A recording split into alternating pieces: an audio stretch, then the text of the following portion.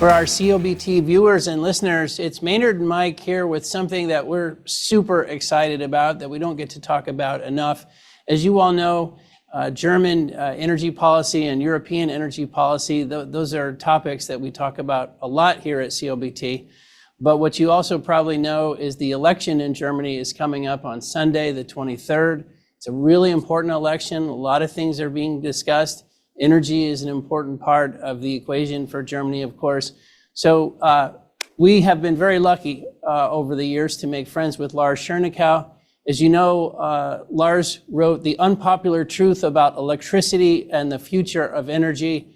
This is his third appearance on COBT, but he's become just a great friend. Through Lars, we were also able to meet someone new to us who can really shed a lot of light on this equation. Dr. Daniel Stelter is a macroeconomist and a strategy consultant. He's a founder of Beyond the Obvious, which is a broad-based strategic think tank and sort of a publication and outreach house. He's a former senior partner and managing director with the Boston Consulting Group. He was there for 23 years.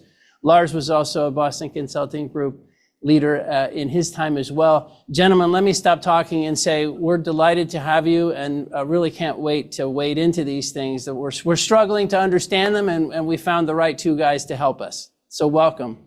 Thank you. Pleasure to be with you. Okay. Mike, before we jump in with Lars and Daniel, talk to us a little bit about what's going on in the markets and anything you think we ought to know going into the conversation. Yeah, Maynard, typically this year we've talked about volatility, but volatility has been pretty low here recently. And if you think about it, markets are really focused on one thing, and that's Trump. Trump's policies, what he says on a weekly basis. I mean, it's Doge this week, it's Ukrainian, Russian talks next week, then it's reciprocal, tariff agreements and threats the next week. And so it's just been all over the place, but the markets continue to kind of just gravitate higher. From a broader equity market standpoint, you're going to have NVIDIA. We haven't said that name in a while. They will report next week, so the market's going to be focused on that. And the one thing I want to say is Meta. Meta stock has been up 20 days in a row. That is a market record. Think about that. 3 weeks ago we were talking about DeepSeek, and this, we're talking now about Meta being up 20 days in a row, a record. So that's where broader markets are right now. From a crude oil standpoint, I think most people are focused on these talks with Russia and the U.S. over Ukraine. I think markets are basically talking about that. Crude oil is reacting to that. And we're kind of going sideways on crude oil. The thing we heard today, from a crude oil standpoint is there's been some rumors that OPEC might delay their production increases of 120,000 barrels a day starting in April. We'll see how that works out. But that would be probably a really small net positive, but I'm not sure how real that is, but it would be a net positive for crude oil markets. From a natural gas standpoint, we're just really going to talk about the EU market right now. EU storage is around 44%. Typical is around 54%. Natural gas on an equivalent basis there is roughly $15 an M. It's down from $17, $18 an M. I think the reason why it's coming back recently is just what we talked about a little earlier. These Ukrainian, Russian, a ceasefire, a peace deal there. That's a long way away, but the markets are kind of pulling up. No matter what happens, though, I think we'll talk to Lars about this as well. You're going to need probably LNG to basically supply gas in the summer for Europe. It's probably going to stay high for a while. The question is, are some of these EU countries going to basically allow for minimum storage levels, or are they going to have pull back on storage levels? And we don't know what's going to be on that yet. So interesting. We'll see how that plays out. The last thing we want to really talk about is just kind of set up this conversation is EU markets this year are just phenomenal. We're talking about Germany today. Germany is one of the best performing, if not the best performing European markets, up around 14.5% this year. European markets are up around 13%. That's in comparison to the U.S. market, the S&P, which is up 4%. So big outperformance on the EU. And it really kind of comes in the face of the EU markets that seem to be basically faltering, especially Germany from a GDP standpoint. And so I think what it's telling me is that people are expecting there could be some resolution in this Ukrainian-Russian fighting, and that's what it's sort of like a peace rally is going on right now. So look forward to talking to our two guests today about that. And with that, Maynard, we'll hand it back to you. Okay, great. Well, I didn't do the introduction of proper justice. We have Dr. Schernikau and Dr. Stelter. on the phone. I mean, we have brought in the big brains. Guys, I think for us, and I'll think a little bit about our audience, which are, energy people or people who love energy and all the issues and opportunities that come with it. The German election, we're probably a little myopic here in our community, thinking that energy is so critical because energy is affecting industry, and that's affecting jobs, and that's affecting the budget, and so on and so forth. We know the issues are much wider than that.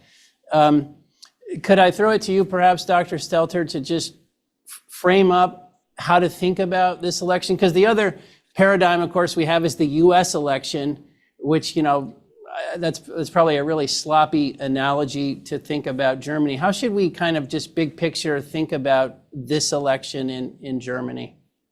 Well, first of all, let's make it Daniel. It's much easier than this doctor. You got it, Daniel. The point is look, you might have hopes in the elections, and I have to tell you, most Germans don't have high hopes in the elections, and I'm one of these many Germans who have not higher hopes in the election. Why?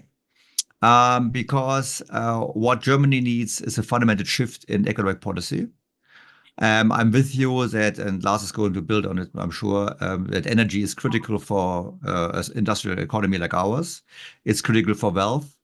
We have a very broad coalition in Germany, basically of all parties, of all the former parties, in the path towards new renewables and all this kind of stuff, always based on the fairy tale of getting us into the land of cheap energy. The reality is it has led to high prices, as you know. It has led to scarcity. It has led to the fact that we are now, since 2018, actually, in the process of losing industry. It started out as a little bit losing. Now we can openly speak about deindustrialization. So what we need to do is we have to have a shift in energy policy. The second point is we had very good years until COVID. Due to several factors which were beyond the government's control. One factor was we had some labor market reforms in the times of Gerhard Schröder, so 2003, long time ago. So the famous agenda 2010. Since then, we didn't have any reforms, but of course, it made Germany more competitive.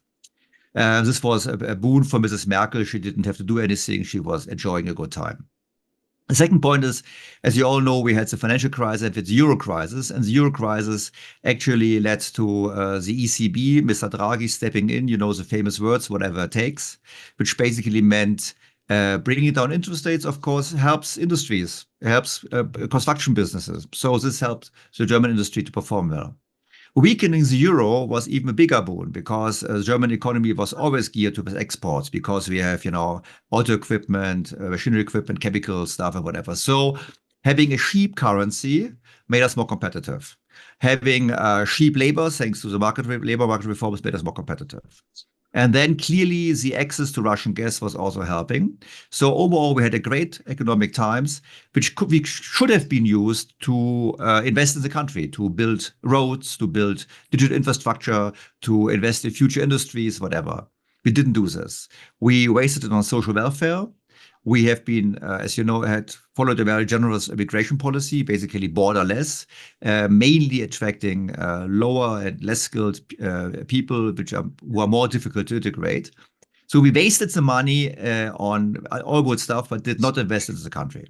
And then we had COVID. We had the already impact of the rising energy cost. We had the impact that the euro was weak, but it could not continue getting weaker at the speed before.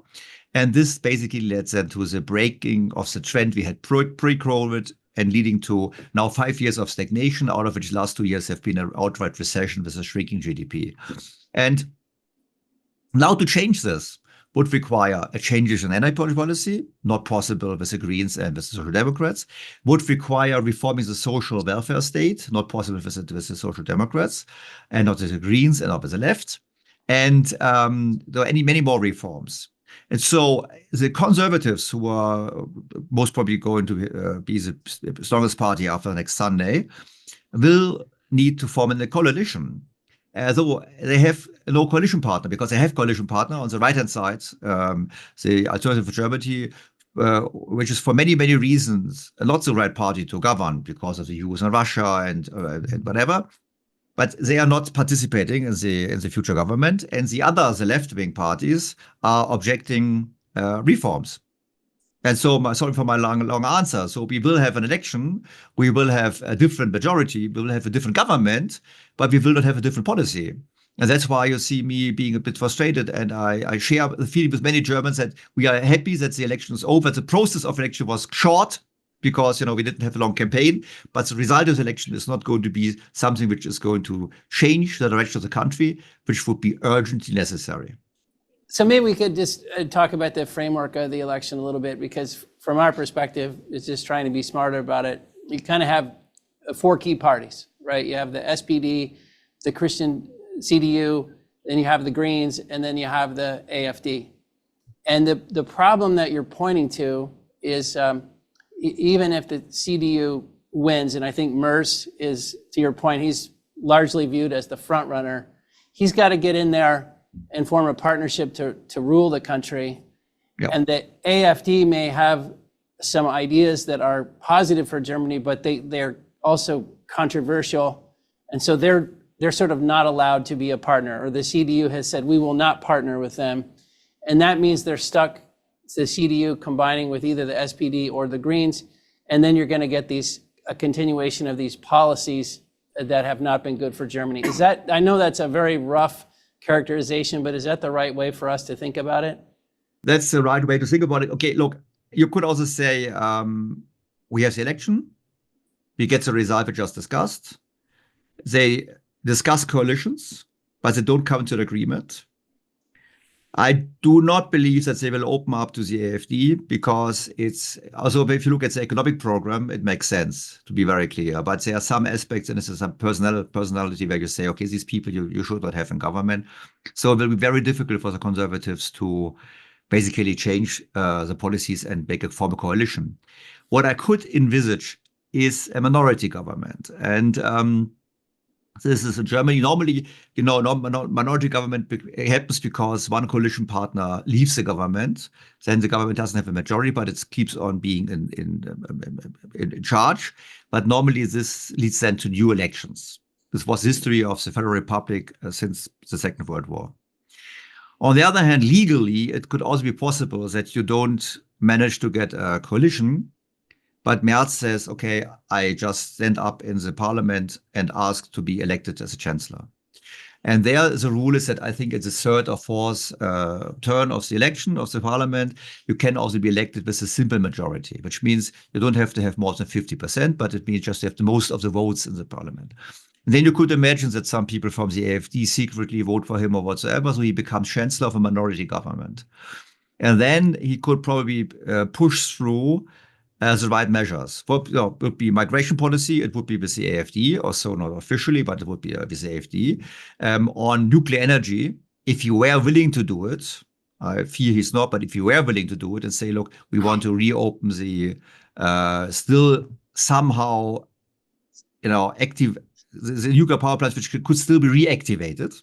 There are discussions, is it 5, 6, 8, 9, which would require some investments. So if he said, I want to reactivate them, have a vote, then the Greens vote against it, but others might vote in favor.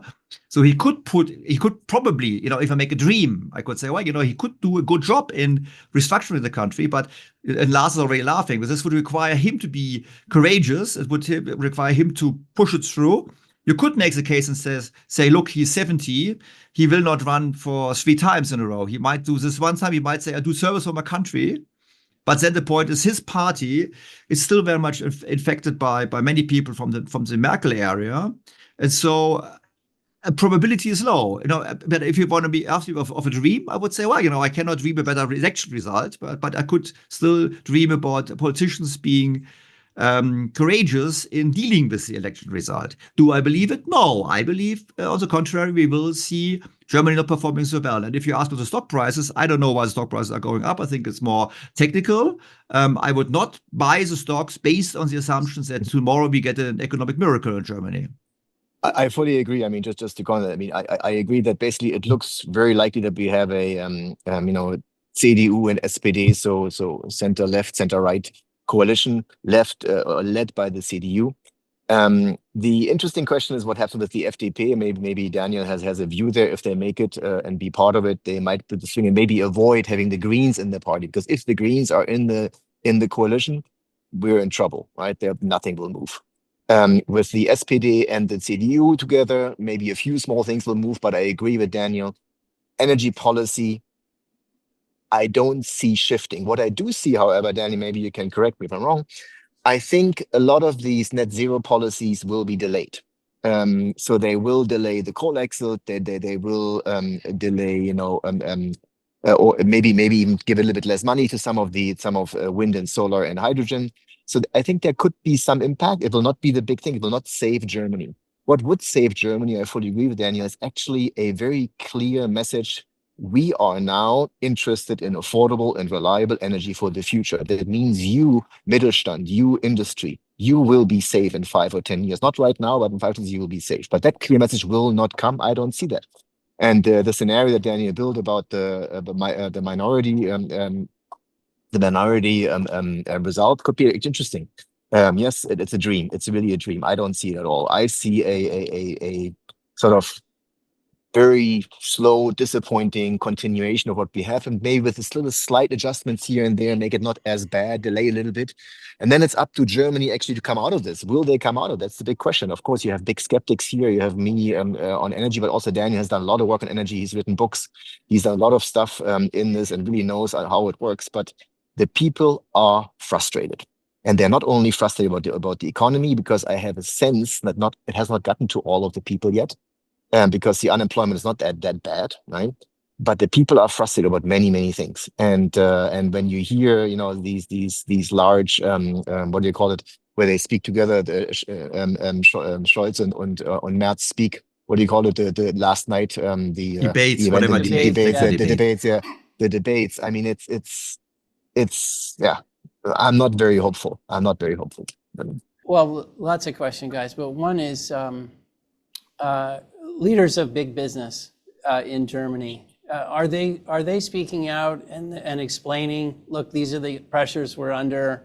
This is why the next plant is not going to be built in Germany. This is the problem with our energy. Are you feeling more business leaders speaking out about some of the issues affecting the economy? It's actually a very interesting and important one. And I've had several discussions with some, not the big business leader, but some medium from the Mittelstand. And I told them, guys, you are partially responsible for this. You have been basically telling yourself lies and even to your leaders. Start being honest. And I think, of course, that's where the US does help. I think it's now becoming more sort of accepted to be critical about some of those policies, which was not accepted 2 years ago. I don't yet see any understanding or shift in the government, even in the Christian Democrat Party. I do not yet see sufficient understanding about what the fundamental problem is with the so-called transition, the pure basics, energy issue. And it's not about left and right and good and bad and green and not green. It's about basic energy concepts. So I don't yet see that, but I have the hope that more and more industry leaders will start to speak up. They're not afraid anymore as much as they were 2 years ago, and they'll make a difference. But right now, it's people are frustrated, and also the Mittelstand, they don't know what to do. I mean, how are you going to invest into a new manufacturing facility that comes online in 5 years, costs tens of millions of euros, and you don't know where the energy comes from, how much it will cost, and how reliable it will be? I mean, that's literally the question you have as a CEO of a Mittelstand, of any company, not only in Germany, by the way.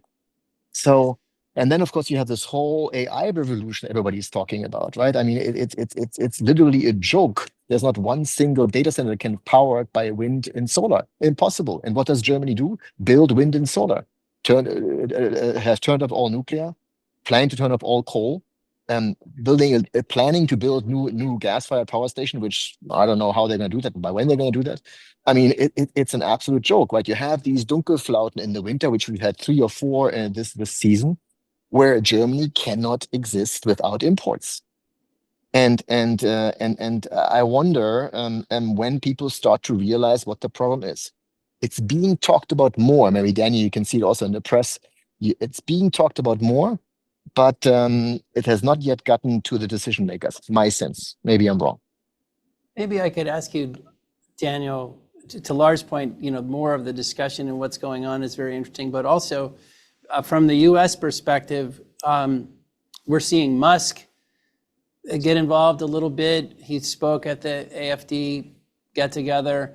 We saw Vance's comments in Munich last week, which again referenced the AFD and make some comments about Europe more broadly. What do you make of? We have all this change going on in the U.S. We have Doge. We're seemingly breaking a lot of glass here to try to make things better. What do you make of the American influence on this? Is it good? Is it bad? Does it help? Does it not help? We seem to be more injecting ourselves more into the German election than we have in the past, would maybe be an observation. Many questions. If I may still also refer to the issue you asked before as to whether the managers or the leaders of big corporations are speaking up now.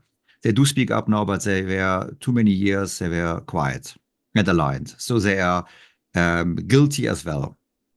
And they were also basically dreaming this dream of the rich countries. I wrote a book called The Fairy Tale of the Rich Countries. They were also dreaming this. They were pushing out realities. And, in good times, you can afford building wind and solar and dream about such an energy structure, because in good times, you can afford it.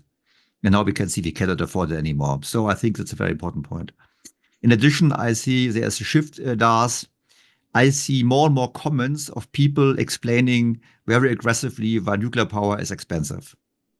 And I think it's very funny because we don't have any more nuclear power, but now people get nervous. I see this as people getting nervous. And we have very famous institutions, research institutions, and even they are not non-political. I just give you Fraunhofer. Fraunhofer is a very reputed institution. And there's one institute for solar energy. And they were always never, in all their analysis on energy, they never included nuclear. And now they included nuclear the first time. And what they've done is they said, well, the capital cost for nuclear, 10%, for wind, 5%. Oh, by the way, a nuclear power plant's only 40 years. Like wind, we all know wind doesn't last 40 years, and we all know nuclear does easily 60 years. And then said, oh, by the way, its utilization of nuclear is only 30%, not 90%. And if you assume a 10% capital cost, 40 utilization, and a utilization of 30%, you don't have to be Einstein to know that it's not going to be very profitable. So this basically, but now they focus on this, and now even comedians stand up and do shows and say, who wants to do? If they don't know it, and then they point to France and to UK and bitch budget overruns or whatever. So for me, this is a sign that people who are benefiting from the current strategy getting worried that nuclear might come on the table again. And so that's for me a sign. So I could say I take this as a positive, if you want to say. I see this increased aggressiveness fighting against something which you don't have anyhow right now. I see as a positive sign. And I forgot the other question you asked, by the way, but I just want to refer to this because this was very, very important. But now, okay, help me, because you asked me something. Well, we have all this, the U.S. touch points. Yeah. And Vance and Musk. So the point is, so my view on this is the following. Had Kamala Harris been elected, Germany would have continued its dream of fairy tale world that everything is fine and whatsoever. But to be honest, also Mrs. Harris would have asked for higher defense spending on the German side. We had also to do something more. I think she might have been perceived as being more gentle, but the clear point is, with the election of Donald Trump, it was not anymore possible to pretend everything is nice and beautiful. Thank you, Doris. So this was in this sense, it was it could have been a wake-up call. The wake-up call didn't really resonate. They were keeping on saying, well, Trump, it's this orange man. We don't have to tell you. I don't want to go into politics. But they said, okay, we don't take him serious. And now the speech of Vance. I personally say I'm a little bit sad about the speech. I'll tell you why. It's not that he was making the wrong point. I think he was making a reasonable point about the way the direction of the German politicians were underscoring how right he was, because they were basically all saying he should not say it, he should not be allowed to do whatever. So basically, they were proving his point in a certain sense. Still, I think it was not good because if we go a step backwards and together look at the world picture, So the conflict is not between Europe and the US. The conflict is between Europe and the US and the other Western countries with Russia, China, Iran, North Korea, this BRICS plus whatever. So this is the conflict. This is US dominated world, this is multipolar world, but this is a big struggle going on. And it's clear that Germany, that Europe has to do much more in defense, has to be, so it's a good point, but it's better to get people aligned than to create a conflict. So going now and say, okay, we do now a deal with Ukraine and Russia, or with Russia over Ukraine, and then we let the Europeans be informed and report the result, it reflects the power. You know what I mean? It's perfect, but I think it's content-wise, it would have been somehow better to face safe, take the Europeans along to get them on board. That's what my view is. So it's as a content, I agree with him. I think we have to change. I would have personally have hoped to have it done in a more, bridge building, face saving way. Yes. Now we are where we are. I think it's good that we are pushed. I think actually it's also impossible that Germany, for example, in BSCB invest more in defense. I think we also should think about how we deal with our debt break, because I personally think it's very stupid to be the only one saving in a world which has built up ever more debt, which will lead to inflation and which will lead to monetarization. So it would be good to invest more. But clearly, this would again require a government, A, being able to have a correct analysis of what's the problem, B, coming up with the right solutions, and C, being able to implement them. And I doubt on all three aspects. I already doubt what we will have after the election. So the conflicts will continue with the US, which I personally regret, because we have to see the big conflict is a global conflict. It's going to be the conflict for the coming decades. And it would be much better for us to have a realistic view there than basically focusing our energy on saying the Americans are wrong, then instead of saying, how can we win this battle together? You mentioned the debt break, which is interesting. I think I saw, it was an interview with Olaf Scholz, and he was talking about the average G7 country has debt to GDP of over 100%. The US is in the 120, 130 level. Japan is higher, but Germany has a debt to GDP of 60%. So it sticks out, I believe, as a strategic advantage for the country. But yet, because of the laws around it, the country really can't spend more. That's an interesting feature. Do you feel that, you just answered the question in some ways. If that was released, the question is, would the money be spent correctly? What's your outlook for seeing some change in those rules over the next year or two in Germany? How much time do I have to answer? As much as you like, sir. You are the guest. Okay, so please, Lars, I have to go a step back. I have to because it's worthwhile to explain it. So the first point is, as I told you, we had great years before COVID, but we didn't save money. So we could have invested in the country. We could have been invested in the military. We had some money. We wasted it on social welfare, on immigration, and on energy, whatever. Yeah, energy. We wasted a lot of money.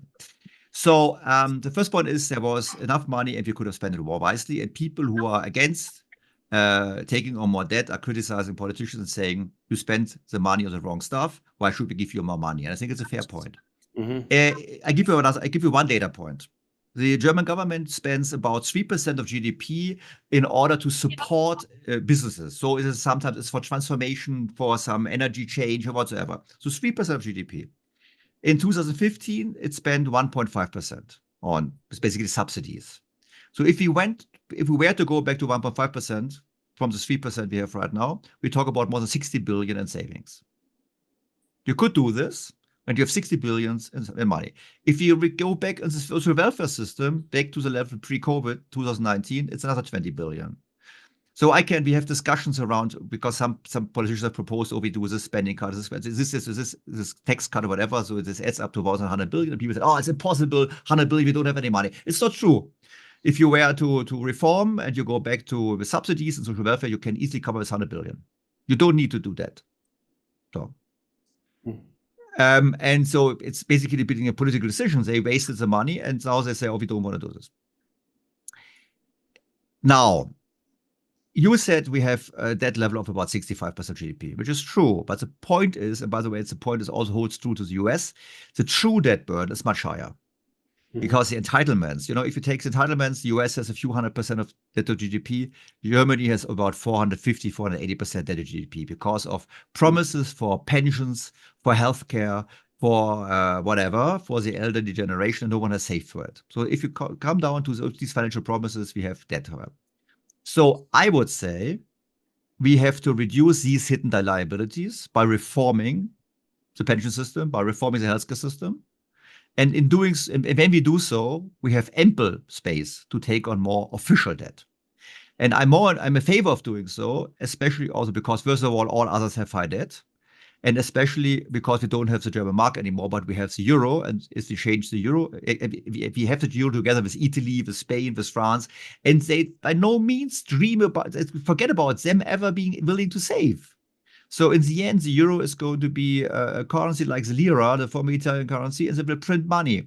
They will create inflation. But if they create inflation anyhow, it's stupid to be saver. It's more smarter to take on a credit and to refurbish your military and the infrastructure you have. So the long answer is there's a good argument against loosening the debt brake because we have idiots running the country. There's a good argument of taking on credit because we really should do it, because we need to invest in military and whatever. And given the fact that we share our currency with other countries which are not going to save any time, which means the euro, as like the US dollar, has to have higher inflation in order to keep the debt officially payable. We all know it's just paid back in devalued money, but officially we go bankrupt. The same was true for the US. So that is my answer. And the point here is now the following. The Social Democrats, they always say, oh, we have to give up the debt brake because they don't want to work on the entitlements. And the Christian Democrats, they don't want to open up because they say, okay, but we could save money. And so we're in a deadlock here. And, and last point is when I make this point, the finance minister, until a few months ago, and he was fired, the Liberal Democrat, he always criticizes me because he says, if we keep on, if Germany starts taking on debt, then the euro doesn't exist anymore because then the interest rates go up for us. And if the interest goes up for us, the interest rates for France and Spain, they go even higher and then they run into trouble. So his logic is we have to be the role model in conservativeness in fiscal policy in order to support the whole European project. And I say, yes, he's right. But the point is, you cannot support it forever in this way. Because if they keep on taking on debts, the markets will realize that in the end, it's the German taxpayer being for it. The German interest will also go up. So we have the same result a few years later, but we will have it then with old infrastructure and a non-functioning army and whatever. So if it's anyhow coming, I rather do it now and increase now the pressure on France and the others to do some reforms because the interest is going up. That's my view, and I'm happy to disagree with this guy anyhow. But the point is, anyhow, you see it's a bit more complicated, but there is no one in German politics discussing it on this differentiated level because they are radical. Either all problems are due to the debt brake, which is not true, and all problems are resolved with giving up the debt brake, which is not true. And so we need to have intelligent policy. And I can tell you, intelligent politics is something other than intelligent policies, as you know. So intelligent politics doesn't exist. And therefore, I fear intelligent policies will not be implemented. Lars, when we kind of first met you 3 years ago, you were talking about German energy policy really kind of putting a country in a weakened position, and you were dead right. I mean, we are here at this point in time. And what it really one of the things that I started thinking about is that the U.S. was kind of following their policies in the renewable side, but we really have quickly tacked away from that. We're talking about nuclear plants reopening, reinvesting back in nuclear plants, gas plants coming on. And I guess my question is, you guys close your nuclear plants, coal plants are going down. Do you see a scenario where maybe you're now followers where the U.S. is kind of going that direction again? Do you see Germany potentially having to tack back that? Is there anything that we can look back? And the reason I say that, if you look at like Norway's pretty pissed off that basically they have to export power to the EU and driving their prices, and they're pushing back on that. Just maybe some thoughts there about what Germany can do just from a nuclear standpoint. Or you said, I don't know how they're going to get any gas plants. Maybe talk a little bit about that, of where you see that in the next 12 months or so, maybe 24 months. So the US is in a different position than Germany, obviously, where the US has amazing amounts of resources that Germany doesn't have, right? So there is a huge gas reserve, a huge oil reserve, there's a huge coal reserve. And your current government actually starts to realize, even on the coal policy, that actually coal is safer than gas. They did say that because, Mr. Trump said very eloquently, no bomb will destroy coal, but a bomb will destroy a gas pipeline, right? At the World Economic Forum. Anyways, but so the US absolutely has turning around, investing in nuclear, investing in coal, reinvesting in coal, even starting to think, not yet, but gas and oil, of course, and even coal is not a taboo anymore. Germany, of course, has basically turned off nuclear, has basically said no to coal, says yes to gas temporarily until so-called green hydrogen will come, right? And of course, it's much, much further down the drain where the US ever was, number one. Will it change? Of course. It has to change. There's no way around it, right? And the earlier the change, the less painful it will be. Because the right wing has an energy policy which is correct. They have many other problems which are not correct in my personal view. And of course, if Germany waits too long, it will turn the AfD at the next time, will get the majority, right? And then there's different troubles to be considered. So in my view, it will have to change. And yes, Norway is not supporting anymore. France is not supporting the same way anymore. People realize that wind and solar plus batteries are not going to be the solution. So what to do? Next, people will realize that actually domestic coal is better for the environment than imported US LNG. People will realize at some point that it's a fact, right? So yes, we need to get nuclear back. We need to actually invest in coal and in gas, right? And the big question for me is that maybe on geopolitics side, if this whole Ukraine thing resolves, and if Trump actually really does take that lead role, which he's currently trying to take, then what? Then sanctions will possibly be removed. So Russian gas will come back to Germany? Maybe, right? Maybe. So I think changes are coming. They will come right now with this current government. I think Daniel and I tried to explain, we don't see that immediately coming, but I don't see any way around Germany making a shift in energy policy. And the earlier they make it, the better. The later they make it, the uglier it's going to be. May I just make one comment? First of all, we have gas ourselves. So with fracking, we could generate gas for 20 years our needs. But just That's correct. chose not to do it because in Germany we see these videos from the US where water is burning, and this is basically the standard. I know it's wrong, but that's what we have. Lars is right on the outlook. My question would be to you guys about what is the strategy of the US. Because if I were now a rational president saying, okay, my big battle is with Russia or with China, actually, it's with China. I would like to have Russia more on my side, actually, than on China's side. So I would like to find a way of getting to a deal with Russia. I would then also say I don't want to have a deindustrialized Europe and Germany. And I would therefore say sell as much gas as you can to Germany, and some of the receipts you have to use in order to reconstruct Ukraine. This would be my deal. Now, listening to press conferences of Mr. Trump, he is basically saying to Germany, German companies, come to the US. We have cheap energy, we have lower taxes, and we have much less regulation. So he basically doesn't need any tariffs to be more attractive. That's why many companies already have decided to move.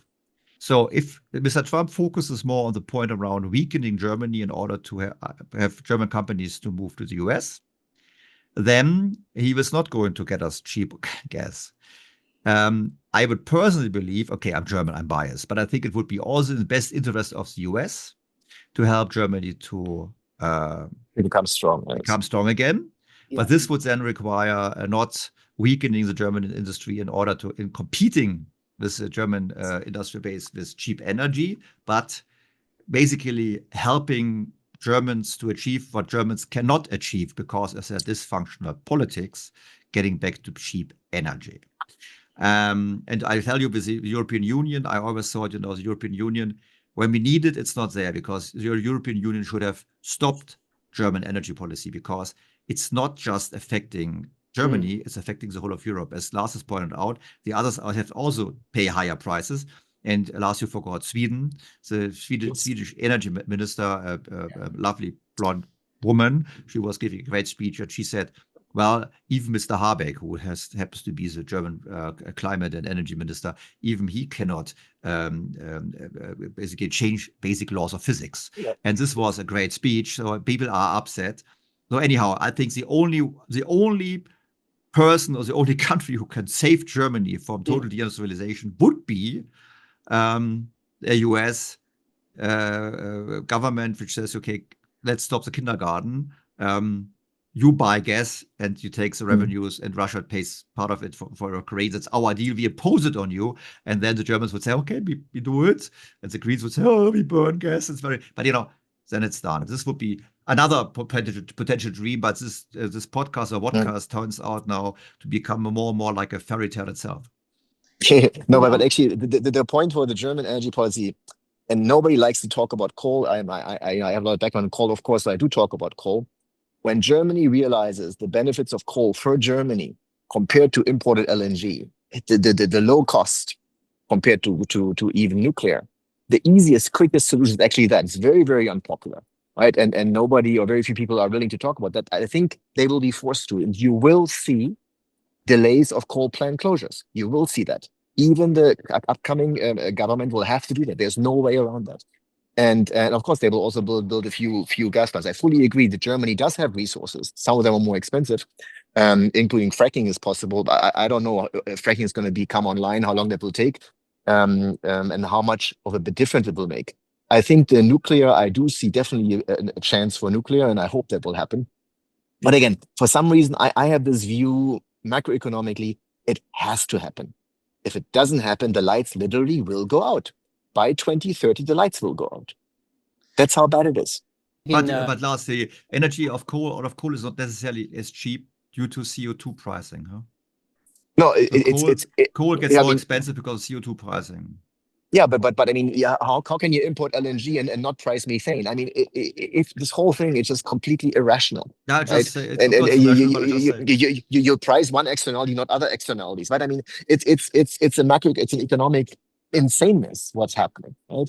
And of course, increasing the CO2 pricing as Europe is now doing doesn't help anyone either. It just puts additional taxes on. The money is going somewhere where it shouldn't be going, which is to actually make it worse. Every additional solar panel, every additional windmill will make the situation worse. So maybe I was thinking as we went through that, I think, Daniel, the point you raised about how the U.S. should or could view it, I think this is why, and of course it was with Lars's help as we got smarter on this, we've had this perspective that, the U.S.'s national security position gets worse as Germany and the European Union get weaker. So it is absolutely in the U.S.'s interest to step in and help the German economy and the broader European economy, which gets to your point about Vance and the tone of that speech. He may have had some substance, right? But the tone of it caught a lot of our attention. I guess my question is, forgive the analogy, but sometimes Germany sounds a little bit like California. Like there is such an intense view of the world that it's hard to get countering views into the discussion. And I was thinking, Daniel, you've started this podcast. Lars, you've written a book.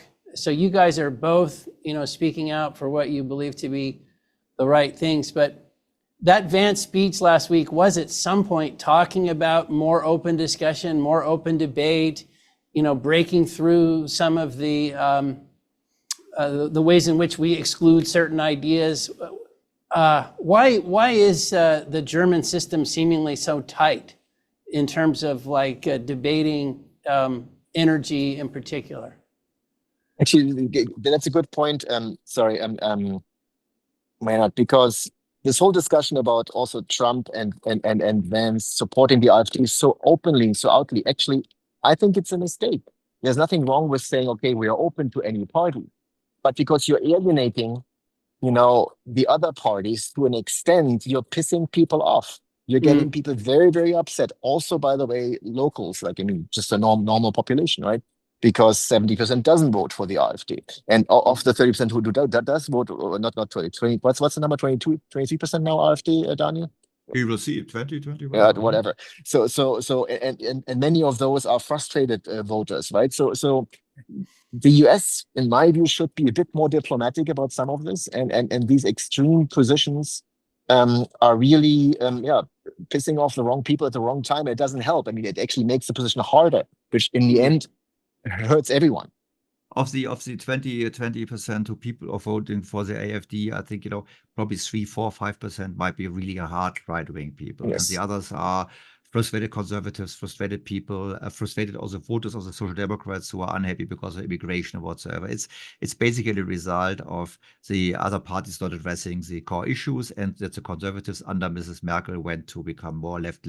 So there is in the parts we have just a vacuum on the middle right side of the political spectrum, and then they were demonized by the media. Keep in mind when they were started, they were they were critical about the policies of Mrs. Merkel in the Euro crisis, and they were started by professors, and they were immediately labeled as being right wing at the time where they were nothing like such. And at the beginning, there was a very liberal, market liberal party. And it was then with immigration, it became more pushed in this direction. And of course, it has some aspects of it. So you said, why is it not possible? The point is, first of all, it's possible, but the point is, and we all heard about the 60 Minutes of CBS, which is, of course, when you see these law enforcement people, you say, come on, it's just, you feel ashamed of being a German. But the broader sense is we have a big coalition in the media, and again, it's not all media, but journalists tend to be more on the left and tend to be more green voting and whatever, and so you get a spin. And on all these debates, for example, you always got a certain spin. You knew that the green candidate, Mr. Habeck, is going to be not really attacked, that he gets nicer people asking him questions.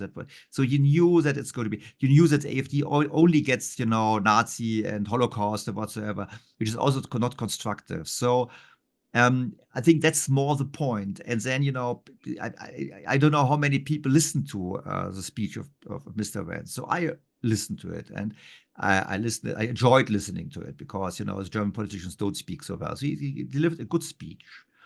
I was at some of the examples he brought up. I said, "Oh, come on! The examples might be, a bit." You can so, say, Daniel, you're talking about Mertz right now. Just make sure. No, I talk about Vance, about the speech of Vance. Oh, about Vance. Okay, sorry. Yeah, Vance, because I like the speech a lot. I heard it. On YouTube, I saw it, and I said it's a good speech. And German politicians don't speak as well. It was good speech. And okay, but some of the examples he brought were just, well, they were not representative examples of what's going on. The basic point is correct that we have, it's not that it's formally forbidden to say something, but it's really you have to watch out of not being pushed out of the democratic spectrum, as we would say. If you say, I give an example. I wrote an article. I do the podcast weekly, and I write a weekly column in the leading German business newspaper, which doesn't mean a lot because there's only one business newspaper. So every Monday I write a column. And so a few weeks back, I did a podcast and an article about nuclear energy. And of course, there was a study by a Norwegian scientist who made a very simple comparison. He said, had Germany not shut down its nuclear power plants, but instead spent more money on building more nuclear power plants, where would it stand compared to the current policies? And his result was we would have reached CO2-free emission, cheap energy, and this for half the money we spent on the so-called Energiewende. So it's a relatively basic study. So I wrote an article about it. You got a wave of letters to the newspaper, and some people wrote, the normal comments were, you should not write this because you might create doubts on the way of the Energiewende. And we should not create doubts. We have to continue this path. This was me already a bit of Soviet-style thinking.